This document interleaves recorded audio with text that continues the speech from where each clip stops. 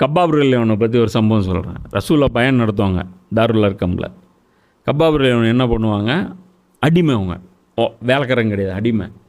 அடிமைக்கு எந்த சாய்ஸும் கிடையாது, தெரியுமில்ல, சாய்ஸ் கிடையாது, லீவ் கிடையாது, டீ பிரேக் கிடையாது, எந்த ஒரு பிரேக்கும் கிடையாது. அவர் என்ன பண்ணுவார், ரசூல்லா எங்கே பயன் பண்ணுறாங்களோ அவர் என்ன வேலைன்னா, அந்த கொல்லம்பெற்ற, அதாவது அந்த அந்த இது இருக்குல்ல, அந்த நெருப்பில் அந்த சம்டி அடிக்கிறது, இந்த கத்தி, இந்த வால், இதெல்லாம் செய்கிற வேலை, அதை ஹீட் பண்ணி வேலை செய்கிற அந்த வேலை செய்ய அவங்களுக்கு தெரியும்.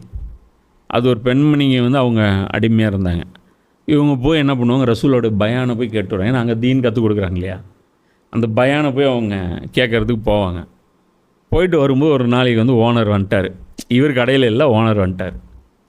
அது எங்கே போயிட்டு வந்தார், இல்லை இந்த மாதிரி ரசூலா பயானுங்க, என்ன திமிர் இருந்தால் டியூட்டி டைமில் டியூட்டியை விட்டுட்டு போனேன், டியூட்டி டைமில் இனியாக விட்டுட்டு போனேன். அப்படியே கொண்டாந்து அந்த ஒலை கொதிச்சிட்ருக்குது, அப்படியே அதில் அவங்கள படுக்க வைக்கிறாங்க, பிடிச்சி பேக்கில் முதுகில் படுக்க வச்ச உடனே அந்த நெருப்பு, அவர் சொல்கிறாரு, கப்பாப் என்ன சொல்கிறாரு, கொழுப்பு இருக்கு இல்லையா, அந்த கொழுப்பு உருகி அதன் காரணமாக அந்த நெருப்பு அணைஞ்சி, அதுக்கப்புறம் அந்த நெருப்பு ஆஃப் ஆச்சு. அதுக்கப்புறம் தான் என்னை விட்டாங்க.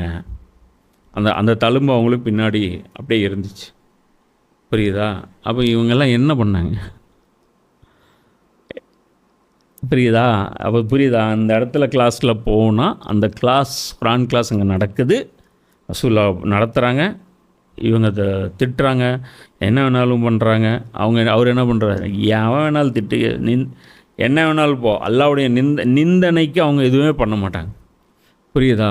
இப்போ நம்ம தீனுக்கு வந்து யாரும் நம்மளை திட்ட மாட்டாங்க.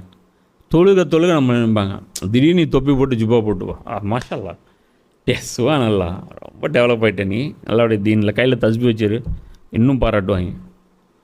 புரியுதா? தாடி பெருசு விட்டுரு, பேண்ட்டை தூக்கி மேலே வச்சுக்கோ, முட்டி கொஞ்சம் கீழே அப்படி வச்சுக்கோ, சுண்ணத்து அவர் பயங்கர, அவர் இந்த பாக்கெட்டில் மிஸ்ஸா குச்சின்னு வச்சுக்கோ, வச்சுட்டேன்னு வச்சுக்கோ, பயங்கர இதாகிடும். ஓ ஸோ இவரெல்லாம் வந்து 4ஆம் வானத்துலேருந்து இறங்கியிருக்கார்.